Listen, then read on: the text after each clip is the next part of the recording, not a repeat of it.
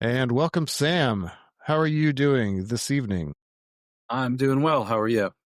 Um, you know, I'm not too bad. I was thinking about cooking something this evening, but then I remembered that I am a terrible cook.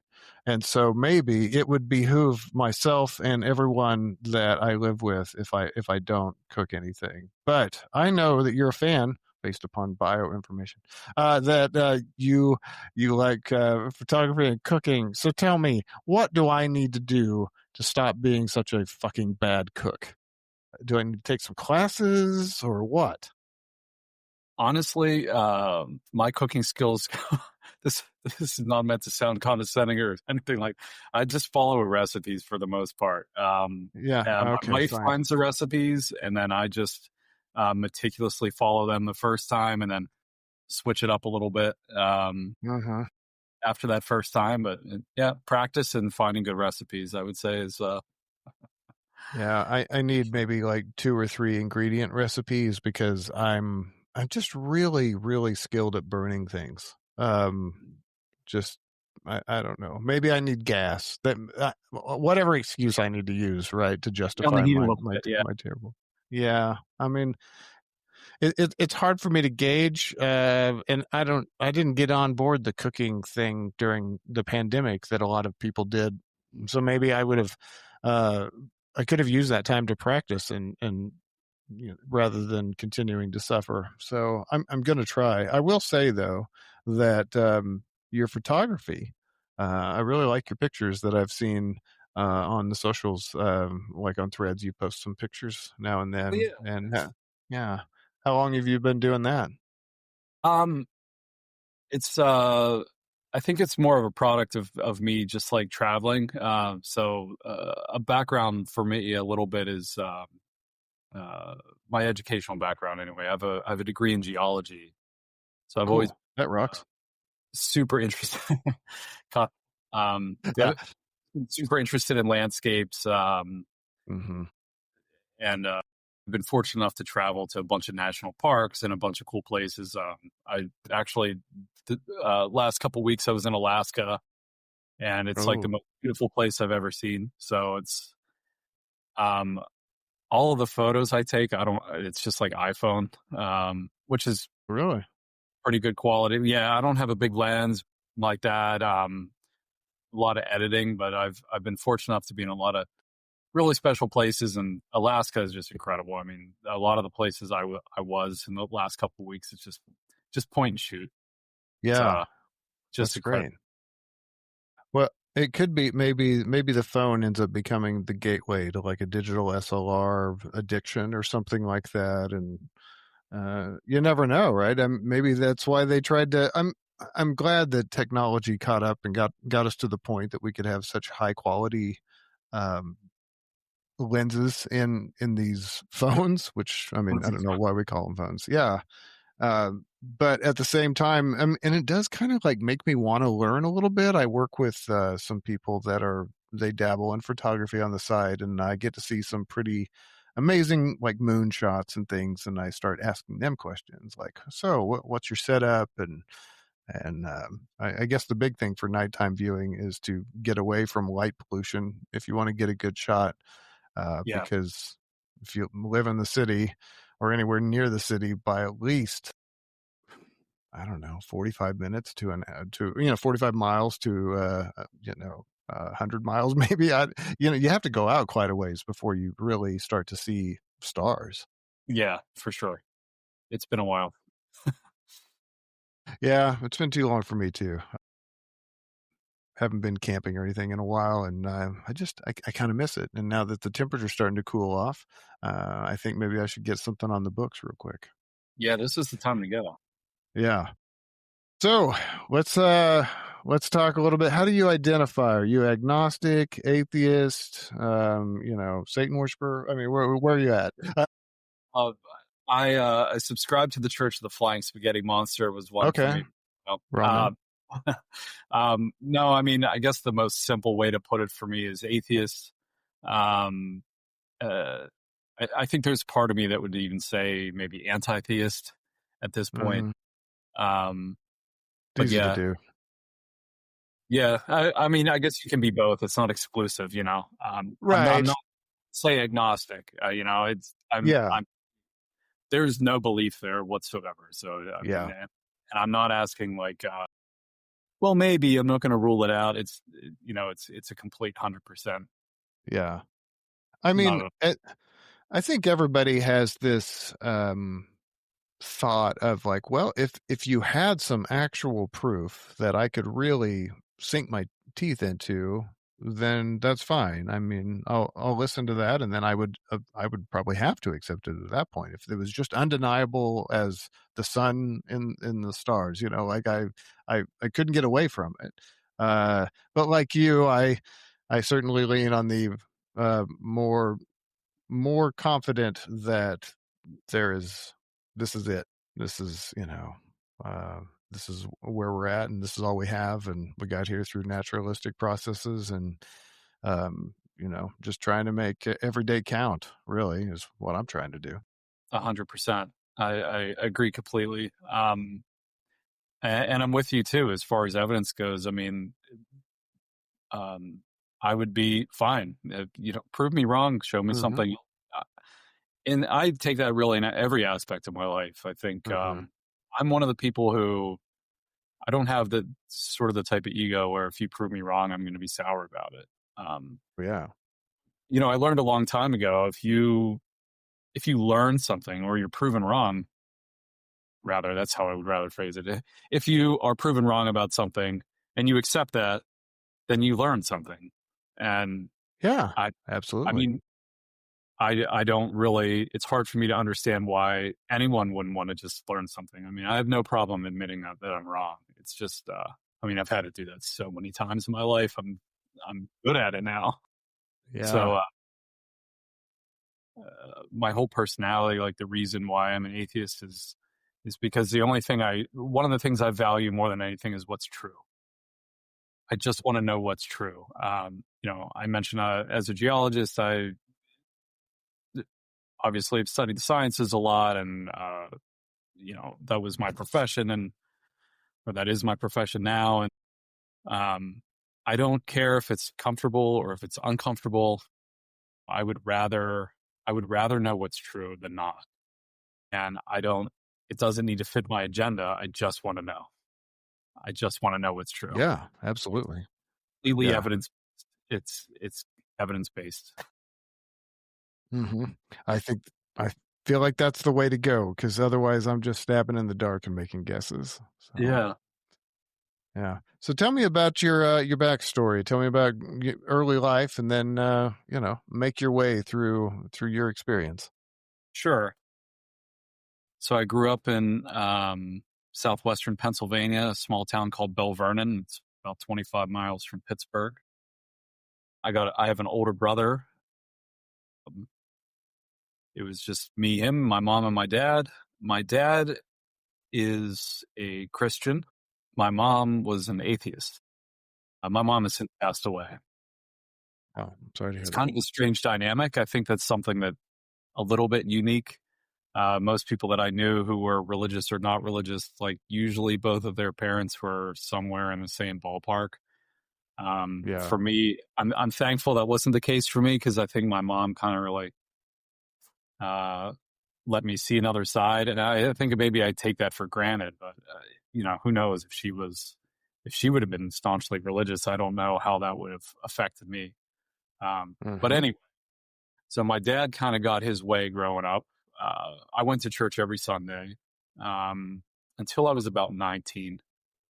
Um, and I grew up with a lot of doubt that any of it was legit.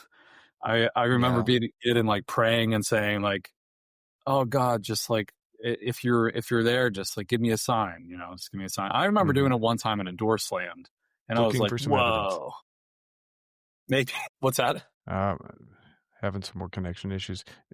I said, "Oh, you're looking for a sign. You're looking for evidence, basically." Sure. And a door slammed, and I was like, "Whoa, maybe that's real." I think I always doubted it though, and but I was afraid to doubt it because you might end up in hell. And I also grew up with a fear. My mom, so my mom was like, you know, one of the closest people in my life, a little bit of a mama's boy that way. And I used to worry about her because my dad, Sunday morning, he'd be like getting our church clothes together and getting ready to take us to church. And my mom would just be like, "Oh, Jesus Christ, let the goddamn kids stay home." I'm like, they've been in school all week. And, um, I'd be like, "Oh shit, mom's going to hell." Yeah. And it literally it really scared me. Because I love my mom, and I was just like, according to the Bible, only if you've been baptized, can you see heaven. And I was like, whoa. Um, Hmm. that was a difficult, I think that was a difficult kind of, um, thing for a kid to think about. Um, Yeah. I mean, you'll have, i- granted, if you came up in a good household, then you don't want anything bad to happen to him. And then, you start to think about post life, like, oh, these thoughts of, listen, I know I was raised in it too. So this thought of like, well, you die and you'll have separation, not only from God, but also from them. I think that's almost more of an impactful thing. And I think that whenever people do pass away that are close to you and you have that faith, there is that thing in the back of your head, like, oh, I'll get to see him again. But maybe we should come back to that later. I don't want to get too far away from that. But yeah, so it sounds like your parents shared a very interesting dynamic, to have a Christian and an atheist in a household. Not that it is unheard of. I've known some couples like that, but how did they make that work with you whenever there's a difference in viewpoint? Honestly, as a kid, I think my dad just got his way. Oh, yeah. And they divorced when I was, I think, 10 or 12. I Hmm. can't remember the exact year, but, um, for various reasons. Nonetheless, it was, every Sunday was my dad's day. And even after they divorced at 10 or 12, when I was 10 or 12, he still would, um, I still went to church every Sunday. He lived only, a quarter mile or so away. He moved very close by. So he would just show up Sunday morning and beep the horn, and off to church I went. Yeah. Um, it always felt like an obligation to me. I really never wanted to go, but, I don't think I was as inquisitive, and I'd just be like, "Oh, well, this is what you do. You just go to church." And I would, if anybody asked me if I believe in God, I would say yes. Oh yeah, I believe in God. But I always thought it was like corny as all hell. I remember being in Sunday school and just being like, this is so dorky. It's just so nerdy. Yeah. I just can't. I saw people who really have a passion for it, and sometimes passion is contagious to me when others, but religion just wasn't one of those things for me. Um, but I think I just went along with it for a while. I started going to college when I was 18, and, I was commuting. Like, I still lived at home, so I was still going to church for a while. And then finally, when I was 19, I was just like, I'm not doing this anymore. Yeah. I'm not going to go anymore. Like, I need a day off. Like, I just can't do this every Sunday. And I just stopped going. But even at that time, I didn't really like, if somebody would have asked me, it wasn't like an important issue to me. Uh, as far as, I'm just, sure, I believe in God, whatever.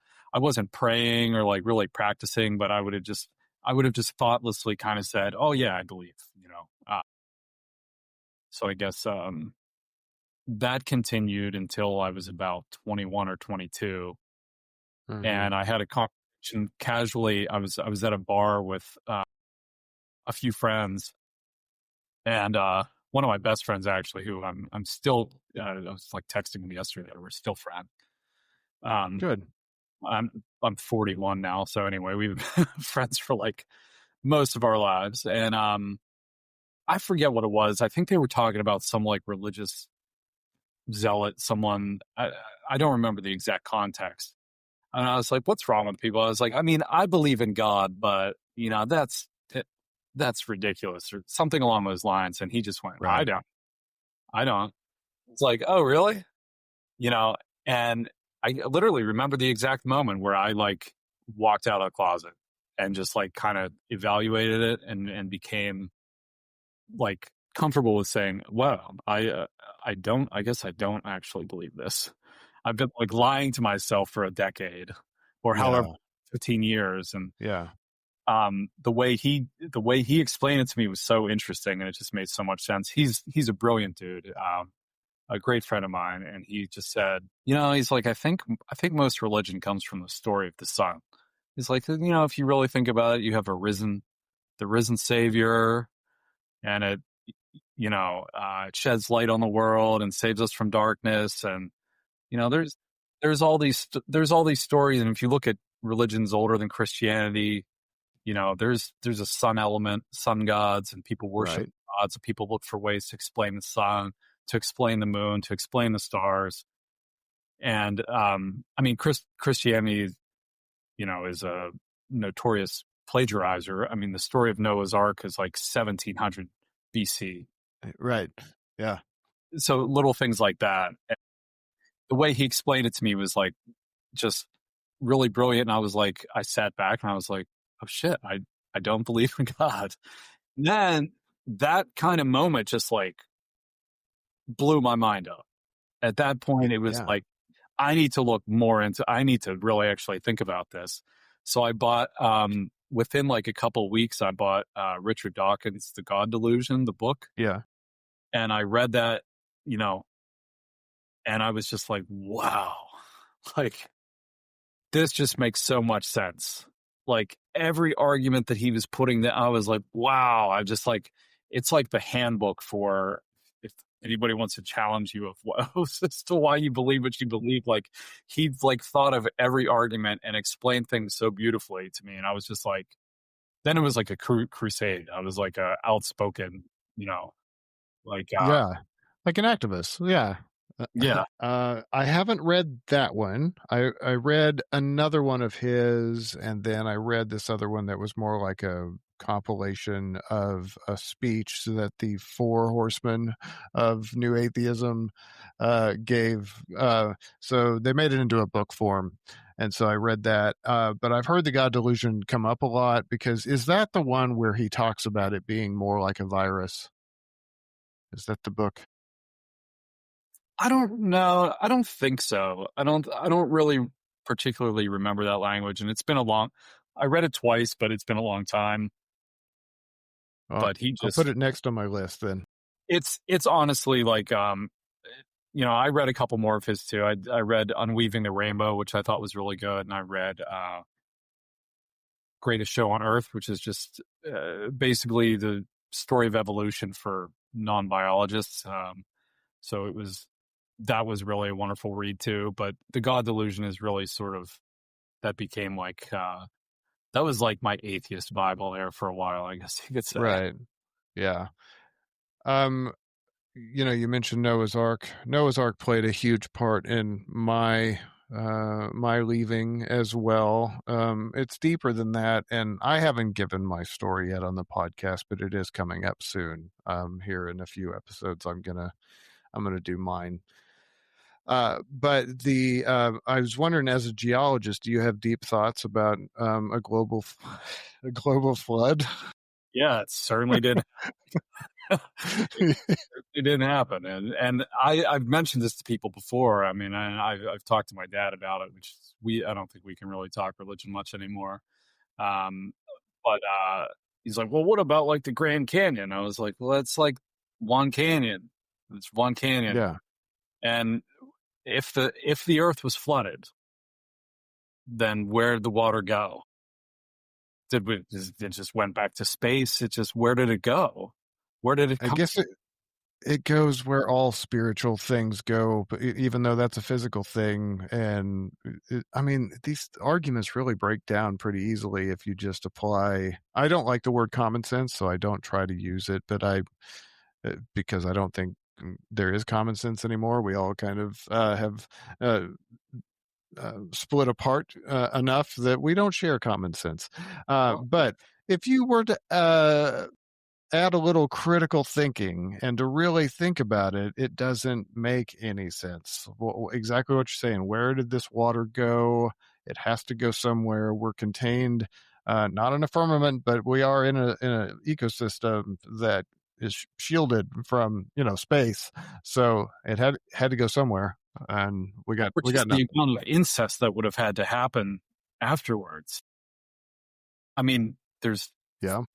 a few people on the boat, and then there's okay, so we know roughly, I don't know, 30 or 40,000 species of spiders. So we had, I don't know, two black widows came walking, two brown recluse Hmm. came, two jumping spiders, two, it just once you start to think about the diversity of our planet, and you look at where certain species live, well, two kangaroos that came over from Australia, um, you know, it, it's two penguins, two. I mean, just name any animal from a different continent. Two koala bears. I mean, and the different diversity and the evolutionary traits that these creatures have that that they've developed over time in their habitat. Um, it's and that's fine. A lot of religious people just say like, "Well, I don't believe in Noah's Ark figuratively anyway, or I mean, literally anyway. Hmm. It's a story." And I'm like, "Well, it's a terrible story. It's a terrible story. It is a terrible, pretty bad. It's like Yeah. we just kill everybody. Hey, I'm going to spare you. You build a boat, have incest apparently, and Right. repopulate the world with like your, I don't know, your wife and your kids, or I forget how many people were on the boat, but um, It wasn't a lot, that's for sure. no, and it's certainly like in no way can you think about that critically and just like I don't know, think that that's like an actual literal thing that happened. I mean, it's just it's so fantastical. I mean, uh, Yeah. hard to.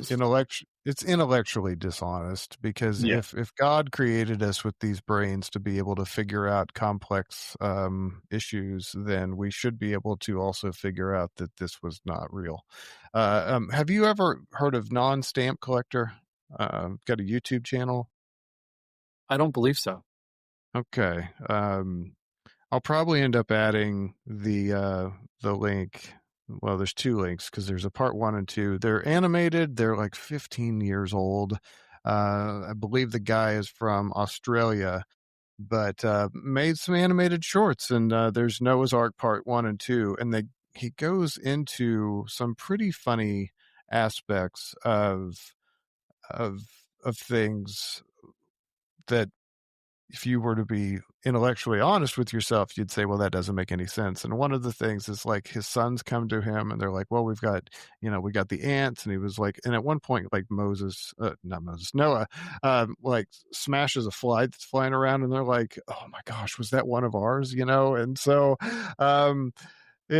it's funny, and they go through some of the numbers about what it would take. Like, well, every animal requires this amount of insects, and then they go into the whole thing about dung, and it just really, really, really unravels.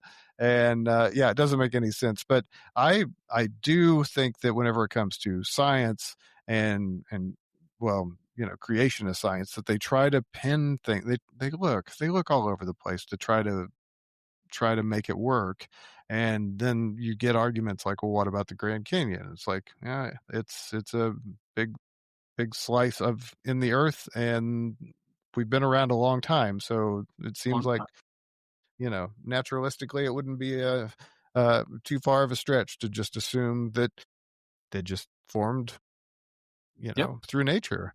Um, Not only that, but continental, um, like when Pangea broke apart, my understanding is it would have boiled the ocean. That because of all the friction from the tectonic plates hitting each other, and it's like, well, hey, maybe that's where all the water went. I don't know, but it just really breaks apart whenever you go through that. And what I'm admire about you is that you were able to really see through that at a young age, because if you're brought up in church, there is that indoctrination that happens, Yeah. Yeah. that is heavy, um, and I I don't think it's I I struggle with looking at the church as being malicious in their intent. I don't think they are. They really truly believe that they're laying a good foundation because they believe it's good, right? But at the same time, there is this concept known as the 4 to 14 window, where that's where they try to lay the foundation of beliefs, so that way you carry it with you in life, and whenever you're in it, you say, well, that's a good thing. I'm going to start when I'm young, and I'm going to have a firm foundation, and then I'm going to, continue through the rest of my life with faith and belief. And then if you're not a believer, you look at that and go, wow, you're brainwashing children to perpetuate this. And it's a, no one really thinks about that. I don't know. No, I mean, it's, I think people like, a lot of folks automatically kind of justify because if you believe in God that way, you're doing the right thing. I think a lot of people Mm-hmm. genuinely feel that they are doing the right thing. Me again, that's why I kind of gave credit to my mom because I think the indoctrination aspect of it would have been a lot more difficult to overcome hadn't I had, without that other perspective of someone who just, I mean, she just kind of made a mockery of it. Yeah. Not all the Yeah. time. It wasn't like an everyday thing, but like anytime, even if like I brought something up to her when I was a kid about like God, and she's like, you really think that? Right. I mean, and Yeah. she would make, it would make me think. And I really kind of, I mean, I came to a lot of conclusions myself. And later on, when I came out of the closet about it, her and I had talked a lot about it. But really, I mean, I got to give so much credit to her, because Yeah. that's a benefit that I'm very thankful for. I'm very thankful that I didn't turn out religious. Nothing. I have religious friends, religious family. It's nothing like that, but I'm glad. I like who I am. I like the way I think and believe. She kind of, that other side was there for me because it is not there for a lot of people. There are a lot of people who both of parents are in it, and I think they have a much taller mountain to climb than I did. That answer is yes. It is a tall mountain to climb whenever both your parents. Well, my story's coming, but and because it was like that way for me. Whenever you've got both mom and dad believe, and then you go regularly. We were consistent. I mean, went several times a week to church, and it was a big part of life. And so, yeah, it was a lot harder to get past that, which is funny because what I do for my day job actually involves a lot of logic. And so, to get to a point as a grown ass adult and go, you know what? I think this stuff's just really shitty.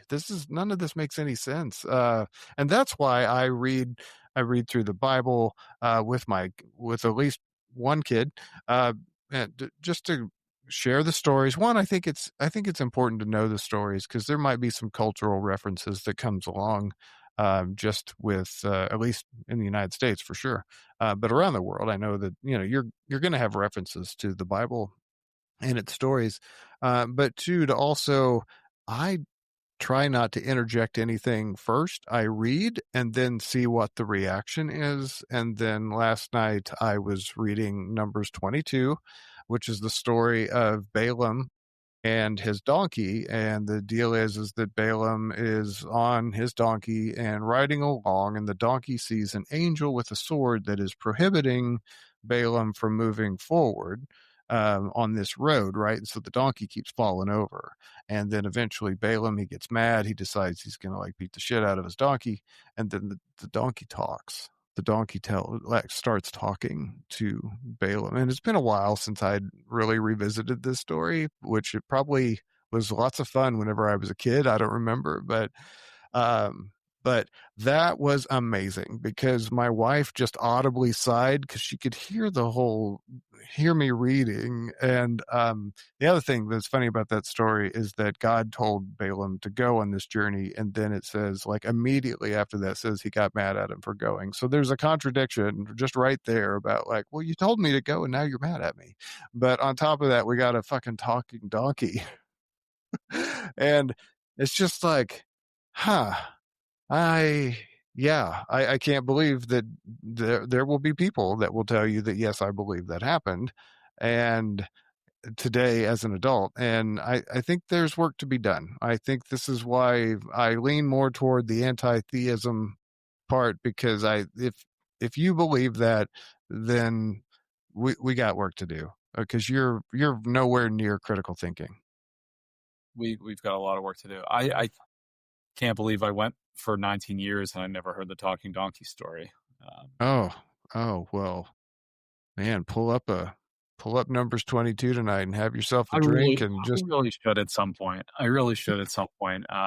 It's actually like I think it's around verse 20, so it's a little later, so you could skip the first part because of chapter 22. It's not that interesting, but you get to that and you're like, okay. So anyway, so tell me again what church it was. We were talking about this before. Was it the same church that you told me, like whenever you finally got out? Yep, same thing. It was it was a small little church in a small little town in southwestern PA. It was Church of Jesus Christ, not of Latter-day Saints though. I don't know if they just forgot to add that and they were like fell off the wagon or something. But Yeah. just the Church of Jesus Christ. Now, interesting twist. Latter-day Saints is a Mormon thing. Our church also accepted the Book of Mormon. So I read out of both of those. I mean, I guess I never thought of myself as a Mormon, but like if you tell somebody else, like, yeah, my church had the Holy Bible and the Book of Mormon, and people say, well, then you were a Mormon. Oh, maybe I was a Mormon. Yeah, so like I knew some of the stories and talk about a fucking gullible story. Book of Mormon is like, what was it, like 1880 or something, like Joe Smith finds the gold plates. This actually started. Sorry, I get off the rails. It's like one thing leads to another. It's okay. I'm an off the rails kind of guy, so let's just let it flow, man. It's all good. But yeah, well, just a little bit more about the church. It was pretty small. I mean, there were like maybe on a good day, there'd maybe be like 20, 25 people. It got less and less as I got older. The people were all very nice. Nobody ever had any funny business or anything that I knew about. Right. That's good. Well, I thought people genuinely cared about me. I thought they were really sweet people.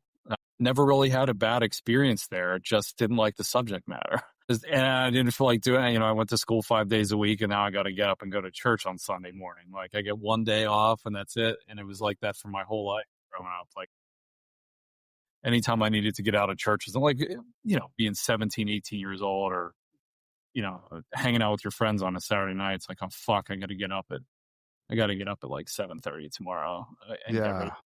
It was like a real drag, but I don't have anything negative to say about the people. I mean, we would have our opening prayer, sing a couple of songs, and I used to go downstairs and we'd go to Sunday school, for the younger kids, and that was usually about it. It was there for like an hour and a half, and then my dad would go back to church. He'd be in church all day. I don't know what he was doing, but he'd be there till like 3 p.m. Yeah. But it was fun. My cousin, an older cousin, who's like 5 years older than me, who I like absolutely adored when I was growing up. He volunteered himself. He didn't even have to go. He would just volunteer himself. And he'd like stay over my house on Saturday nights. So we'd stay up all night playing Nintendo, watching Star Wars.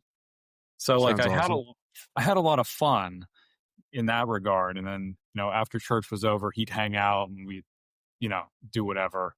And it was, that aspect of it was a lot of fun. So I don't really have any bad memories of church or anything like that. Everybody was really sweet and nice. It's just not my subject matter. I guess it's the stuff that was the hocus pocus and the magic and the story of Noah's Ark and it's just not just didn't work for me. I guess. Well, and you mentioned that you didn't have any church hurt, and similar to me, I didn't either. And so sometimes I'll hear people say that at least online, where the keyboard warriors are, that it's like, oh, you must have really gotten hurt by someone or the church, and then they'll say something like, that wasn't God, that was Lost whatever. hallucinations. Yeah. Yeah, like we need a reason. How could you not possibly believe in this? And it's like, no, actually, church was great. It was a place to go and hang out, and I met people, and like I'm a musician, so I, played in the church bands, and got to just geek out with other people about music and things of that nature. So that wasn't a bad thing, and as I got older and had kids, it felt like a safe place to take kids. Nowadays, I might change my position a little bit. I would just be more analytical before I dropped them off. In a room full of other strangers. But yeah, it wasn't a bad experience. Not bad at all. And often it was a place that if you had like an event that you needed to borrow a event space, usually you could probably do something there. Yeah. But it's all based on stuff that I don't think is true. You don't think it's true. And the further I get away from it, maybe you've experienced this too, that the further you get away from belief and being around that ecosystem of belief, that you really go, wow, this is really nuts, isn't it, that we believe that. Yeah. So tell me a little bit about your you came out of the atheist closet, which is, I think, a fantastic way to do that, because or to describe it, because it is like you're keeping a secret, because you're still working it out in your head. Like, I don't really want to make any declarations about anything until I figure this out. And then eventually you say, well, at least for me, I got to the point where I'm like, I feel like I have to say something, because I don't want to continue on with what I think might be construed as a ruse. Did you feel like it was important to come out and be vocal about it? I don't know. Yeah, I mean, I guess I kind of did, but once I find something, like I'm a fairly obsessive person actually. So like you mentioned, you're a musician. I am too. Uh, I went nuts with classical piano. I went nuts with guitar playing. Uh, I get into things. It's like nuts about geology. I've been learning French. I study French every day for the last 3 years. And this felt very simple. Yeah. um, so I think that became a new, like, I've learned something new and I was so excited about it. And I was like happy to kind of like share my story, my feelings with other people. The difficulty comes for me was like telling my dad, or like even still to this day. I mean, I've been like a staunch atheist for 20 plus years. And to this day, I guess it was early this year in February. My grandmother was 91 years old. She passed away. And I went back to my hometown and went to the funeral, and there were members of my church that I haven't seen in like, decades. Yeah. And even still, like, I know they, one of them spoke at my grandmother's funeral, and, um, it was very much about God and she's in heaven and everything. And I was just like, please don't ask me if I still go to church or anything. Like, I know we're going to like shake hands later and say, oh, hi, how you doing? Oh, like, Yeah. please don't ask me. I just like, I'm happy to talk about it and happy to share it with someone who's open-minded. Or I'm still, even this long into it, I'm still uncomfortable with people who it's like their religion is kind of like, it's like God all day, every day. Like, and I also just don't like, I'm stubborn enough for like, I'm not gonna fucking lie about it. So Yeah. if somebody's gonna be like, oh, are you still going to church? It's just like, fuck. Now I gotta just like, now I have to be like, no, and I feel like I'm on eggshells, and then like, Yeah. it's like becomes super uncomfortable for me. Like, I don't want to rain on someone's parade, or I don't want to.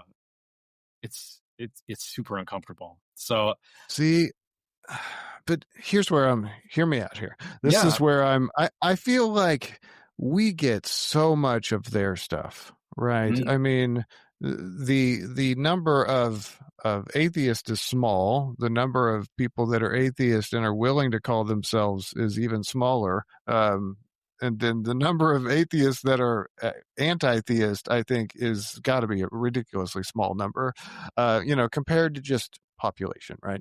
yeah. Um, so I feel it's necessary to go ahead and share that and go the other way, right?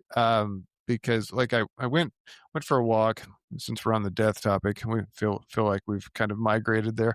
Went for a walk the other day in the neighborhood, and I ran across one of the neighbors, and I had heard that his wife had passed away, but I hadn't been by yet. It's just been a summer, and so I stopped by and I happened to see him outside, him and his dog, and hollered at him, and he came over and talked to me, and we were talking about things, and since we were talking about death, I had that feeling like I hope it doesn't get into this discussion about the afterlife, because I'm going to have to make a decision right here on the spot about, do I be true to myself and say something like, well, I'm not so sure I believe about that, or do I just nod my head? And I think I was leaning toward, in my head, that I was like, just be nice. He's grieving and there's no reason to really bring it up. And Mm, he's like 81 anyway. And I kind of feel it's almost like Star Wars. It's like we don't try to change your mind after a certain age, that type of thing. I mm, mean, if you make it to 81 and you still believe, I'm probably not going to really have a strong debate with you about this, because what's the point? Uh, but then he said that he didn't really believe. He's like, I was raised Catholic, but I don't really believe in all that stuff. And I'm like, oh, thank God. and so and then we had a neat discussion about what happens when we die, and I'm, there's the laws of thermodynamics, and I mean, there might be something there, like, but I don't believe in reincarnation, but there, who knows? I'm like, I said, I don't know, and he's like, yeah, I don't know. How could we know? I'm like, exactly. There we go. That's all we needed, and it was a wonderful conversation, and it was wonderful because we were just having a nice, transparent moment about that, and so I hope we can get to a point in society that we do have more transparent conversations that are open, but I don't think that happens online, you no, know. not I typically. Yeah. I mean, it can happen through inner face to face, even even through like a video conference. But yeah, it happens through those kinds of discussions, um, to really open it up. Yeah. I mean, I think I sort of pick my battles similar to what you're saying. Somebody like my peers or people younger than me, I think I'm more comfortable. I think some of that, like I mentioned with those elders like from the church that I haven't seen, and even in all that time, there's some kind of like mental thing there where I'm just like, I can't tell brother Jim that I like think everything that he believes is crazy. I think for the most part, I'm happy to be outspoken about Yeah. it. I studied geology with a girl who's devout Mormon, and she was a wonderful geologist. She Hmm. was smart. I was just like, I don't know how she believes this stuff, but we became really close. And I spoke to her plenty of times, just like, I don't believe in any Hmm. of that. But I listened to her story and I let her talk to me, and she told me all kinds of crazy shit that they believe that I was like, didn't know about Mormons, which is not we had the Book of Mormon in my church, but we did not talk about some of the stuff that she told me. I was like, holy fuck.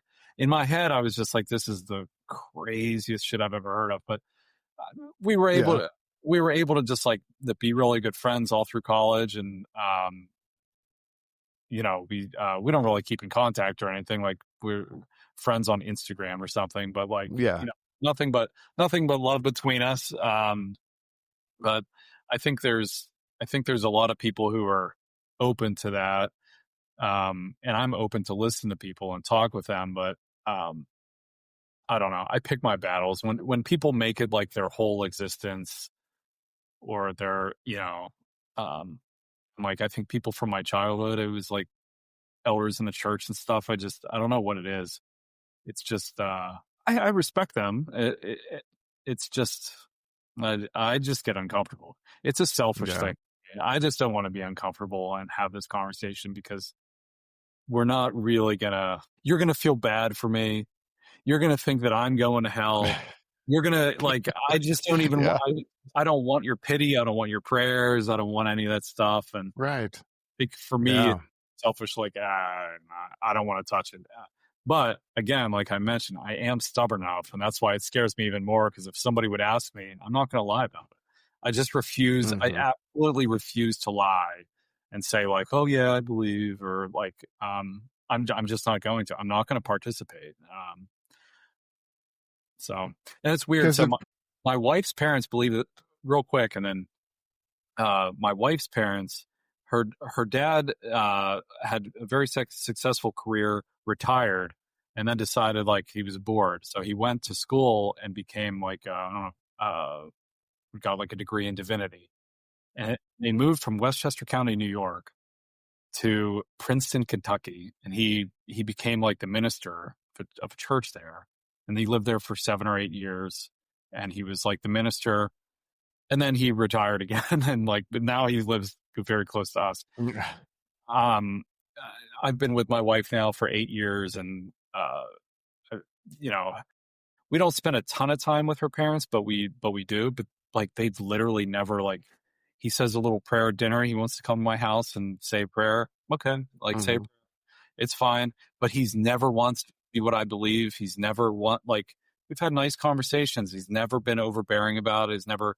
And if he asked me, I would feel comfortable talking to him because he's very Sure. intelligent. And I also I wouldn't lie to him. I would tell him how I feel about it. Um, but it's just like it's such a wide range of people that you know that you come across. I mean, he's not shouting it. He's not trying to convert anybody. You can clearly talk to them, and they're very intelligent people. And it's you know, so it's just for me. I think it's case by case. I'm always happy to talk about it. And when I first came out of the closet, I was so happy to talk about it that people told me to stop talking about it. uh, It's that's gonna happen. Yeah. yeah. I mean, that's what I when I saw that you posted information about the podcast. That was like for me. I was like, shit, I haven't really sat down and talked to someone about this in a long time, and it's still fun for me to kind of like to go through the thought process and just to think about it. Like my my wife, she feels she's not religious. I guess she kind of calls herself agnostic, but like once you already talk about beat it to death with your friends or your family or whatever, it's just like okay, like after a while, I kind of just my crusade of atheism kind of taper off a little, I guess. Right. Yeah. So it was nice to just kind of it's like, yeah, I'll just hop on and talk to somebody different and hear their perspective. And they haven't heard me say the same shit a Yeah. hundred And times already. I So think I think religion is interesting because of how powerful it is. That's not a that's not an endorsement. It's just an acknowledgement that it is powerful. Uh, I personally believe that humans created it. So I mean, I'll just say that it's just yet another thing that we've done that is pretty amazing. Except for like all things that we have made, they have the potential to go off the rails and become really destructive as well, and hold back people from what I think is their more of a potential in life. Um, Whenever you're holding on to beliefs, and you were talking about people that it's their whole life is kind of focused on that. And what amazes me is the confidence, the belief that they're correct. I find that to be because they believe they're correct, just like the other person down the street that has their own belief that they believe they're 100% correct. And, it's like we should get all these people in the room and just, have them have group therapy or something to talk about all their different belief systems and how everyone in the room, including myself, would think that we're all correct. It's very it's very interesting to think about, I think, Yeah. with humans. Oh, 100%. But that it kind of leads me to think about one of the points I've made with people several times is, I've never met two very religious folks who believe exactly the same way, who have the same, you know, oh, of course, this is how it was. This is how this was. This is how this verse is interpreted. This is how there are no two religious people who believe the same thing. Maybe a lot of similarities, but not completely. And then I think about something like, the periodic table of the elements. It doesn't matter what language you speak, doesn't matter what culture you grew up in, it doesn't matter. Like the periodic table of the elements is the periodic table. We can all agree. Everybody, and if you don't agree, you're fucking wrong. Sorry. Like hydrogen weighs this much, an atom of hydrogen this much. If you mix sodium and chlorine, you get salt. Like there's just certain that's concrete. And that was one of the things that, again, it just led me back to the same place. It's just like, oh, there's like this certain arrogance about religion. Like, oh yeah, there's all these different religions. There's 900 different interpretations of the Holy Bible or whatever it is. Right. You just found the right one. Yeah, I just happened to find the right one. Yay for me.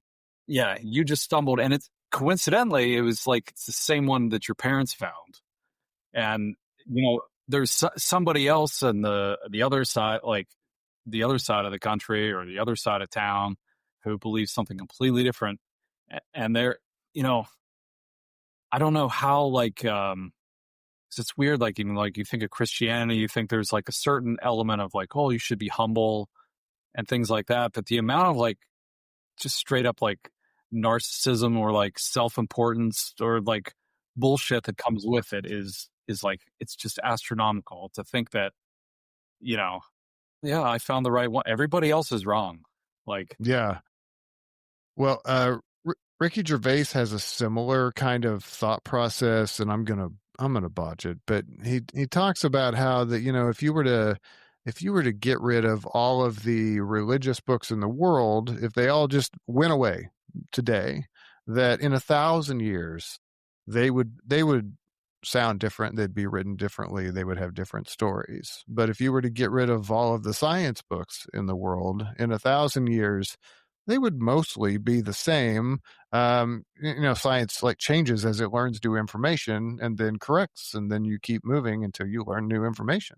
But the periodic table of the elements would be a classic example of something. Then, like, unless they find something else that we just didn't know about, it's going to be basically the same, right? yeah. And it's fascinating to think about. Tell me about your relationship. So with your dad, since your mom passed, how long ago did your mom die? It's been 4.5 years or so. Okay. Okay. Yep. So Go ahead. I have some experience with that because my mom died in 7 years ago, and then my dad died at the beginning of this year after a long illness. So it's one of those things. But I was still a believer whenever he was in his right mind, so we never got to have that discussion. But it sounds like that you get to have that discussion. So tell me, what is it like to navigate an environment in a relationship with a parent, a family member that you don't share the same belief? What's that like? Yeah. It's been a bumpy ride, I would say. I mean, I didn't know how to feel about it when I don't actually even remember when I told him the first time. I think I was in his car. But it was, I was kind of concerned. I'll say this much. I mean, he wasn't ever mad at me about it. He was certainly sad, I think, because he certainly would wish that I believe. I don't know what he thinks is. I think my dad will probably rationalize it to be like, well, even though Sam doesn't believe, he'll go to heaven anyway. Like he'll make up his own whatever. Regardless, I do think people pick and choose. pick and choose which parts of the Bible they want to believe and what they don't Yes. important and what's not important. They pick. And I think my dad loves me. I have no doubt about that. And I think he's gonna tell himself that, either I'll find God or God will make an exception for me or like something. It's it's weird because he'll still like uh, we've had several conversations over the years, some of them pretty good, some of them like really shitty. Just recently actually, and he still lives in the Pittsburgh area, so he came up to visit me this summer, and we got into some discussion. I think we were talking about politics about somebody, and they were talking about being religious, like the politician was being Hmm. religious, whatever. And he had said something about like,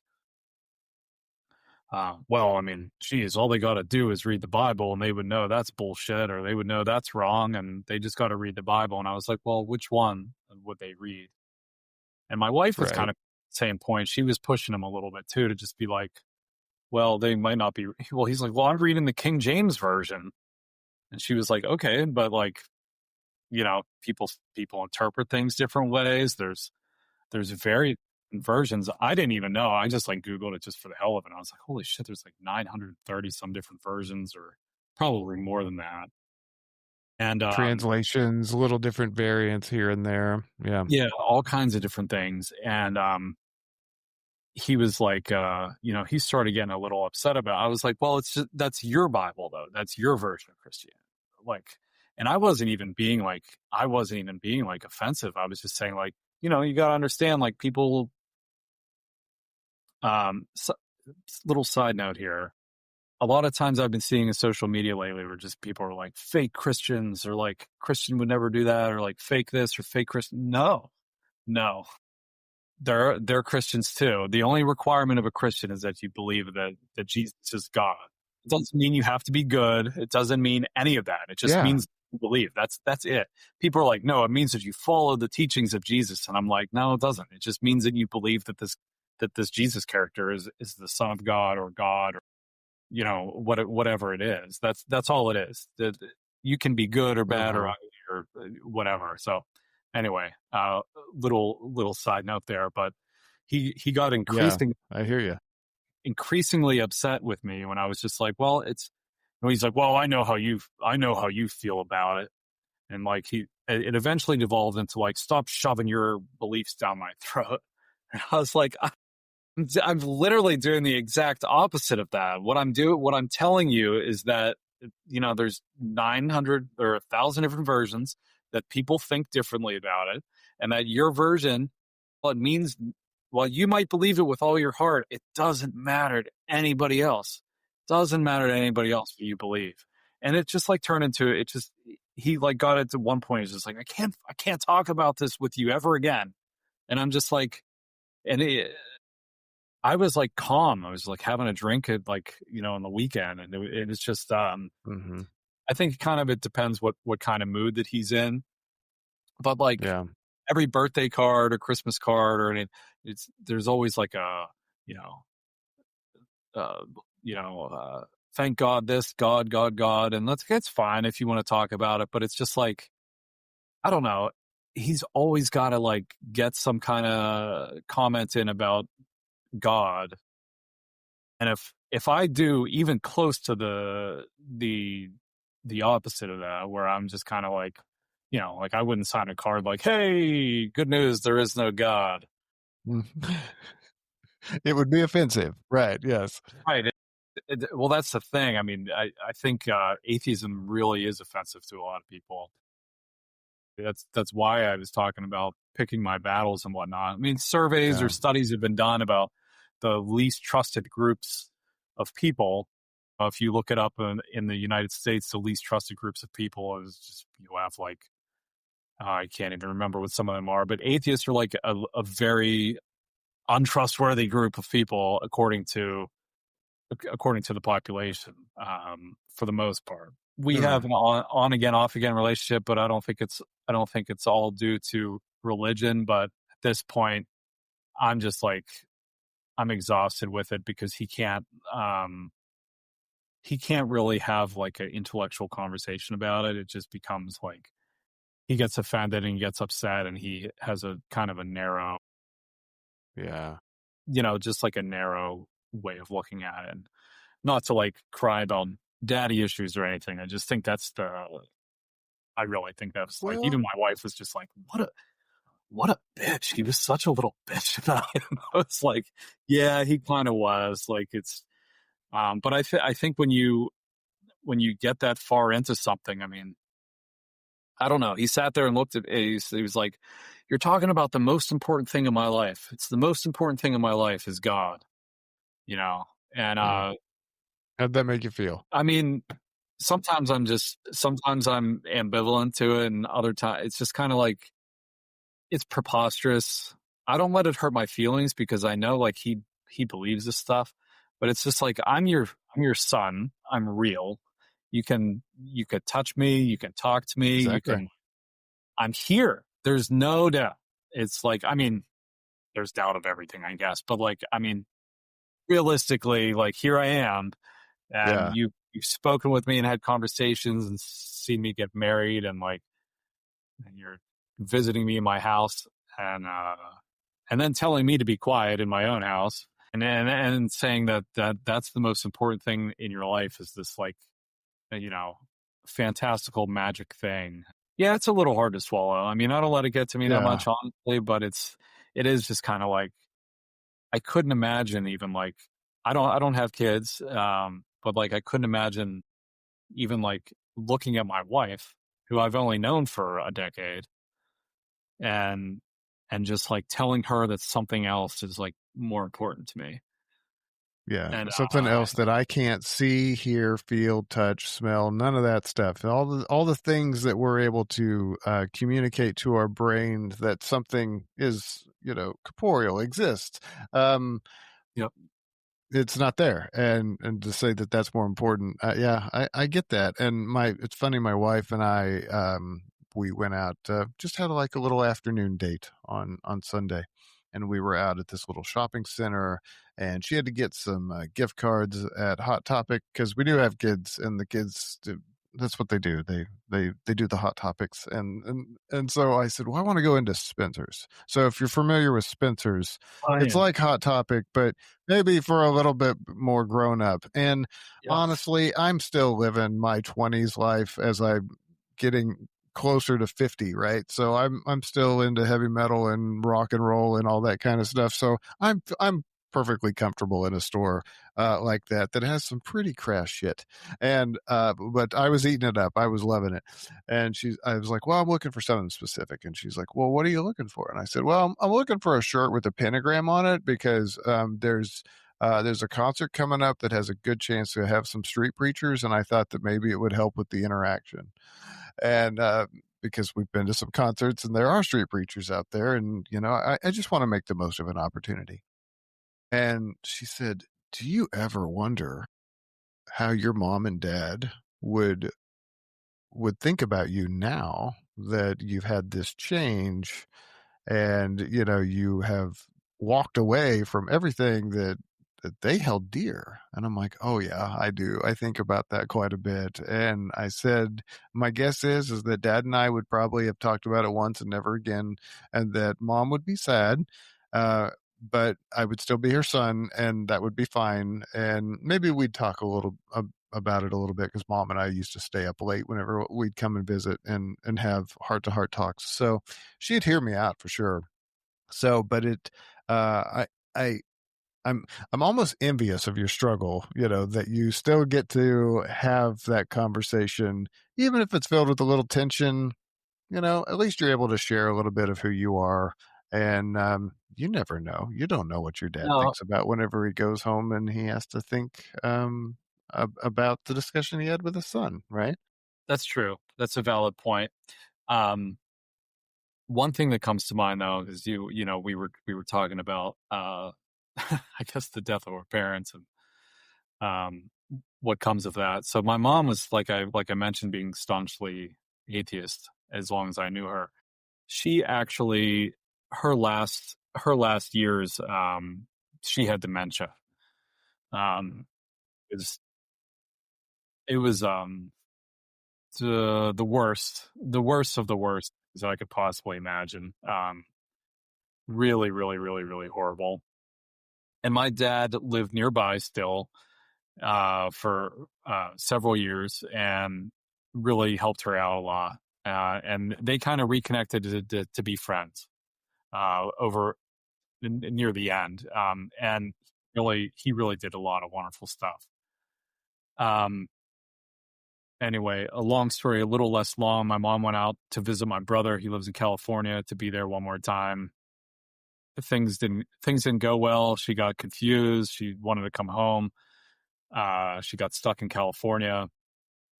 My brother made things work out for her. We found her a nice place to be, but that's where she spent her final days. She was very different over the last, 7 or 8 years that she was alive. And we had sort of a non-traditional funeral quite after the fact she had passed, and my dad, myself, and my brother all spoke at the funeral. And we were all still pretty finding it pretty hard to talk about her, but I was absolutely furious with my dad and what he had to say. Because my mom, as long as I knew her, always talked about, she was staunchly atheist. Like, it was my whole life. Anytime that topic came up, Mm-hmm. and, my dad had said, like, and later on in her years, like, she said she did believe. And I was like, this is just fucking bullshit. Like, she was losing her mind, first off. She had lost her mind, and maybe she did say something to make peace, but, like, that's not who the fuck my mom was. And, like, Right. I just thought it was absolutely wrong. The amount that he, like, interjected religion into, like, we just rented a space. It wasn't a funeral home. We had friends. Like, I played the piano. We played videos. We gave speeches. And, Yeah. I think he meant well, but it's just like, you narcissistic son of a bitch. Like, you had to make this about, makes you comfortable to think that. Just like I said about Yeah. me. Just like I said about, well, he'll somehow rationalize that I'll get to heaven even if I don't believe. And he did the same thing Mm-hmm. with my mom. I don't know what their private conversations were, but I know who my mom was before she had dementia. And Right. I just, like, that was like, I'm still mad about that. That was infuriating. And I told him as much too. I told him at one point, we got in a fight, and I said, you turned my mother's funeral into a fucking church sermon. Like, shame on Yeah. you. And That's often what happens. With believers, that they make it into an altar call if they can pull it off. So I'm sorry that happened to you. And my dad had dementia / Alzheimer's as well. So, and yes, there were definitely things in as that was progressing that he would have never said. He was still a believer, I guess, but he was all the way up until he got his diagnosis, and then, but yeah, there was just things that he said, like, to my wife. He told her war stories, and I was like, "Dad said what? He never talked about the war." So it was like, as your mind goes, you start talking about some things, and sometimes they're not true, and they're not true, and you just smile and nod because they're not well, and that's how it is. yep. So. Well, um, I'm sorry that you had to go through that, and I've thought the same thing. I'm like, man, I sure hope if I were to die tomorrow, nobody better say any shit like at the last second, because I may have to, like, pre-record a video just to be like, in the event of my death, no, I did not believe. Yeah. So, Agreed. yeah, go ahead. Oh, yeah. So maybe this could be a business. Donation based, of course. But we store up your last will and testament for realsies. Well, maybe that's what we call it. And it's just like to be played at my funeral because I have read a lot of Christian.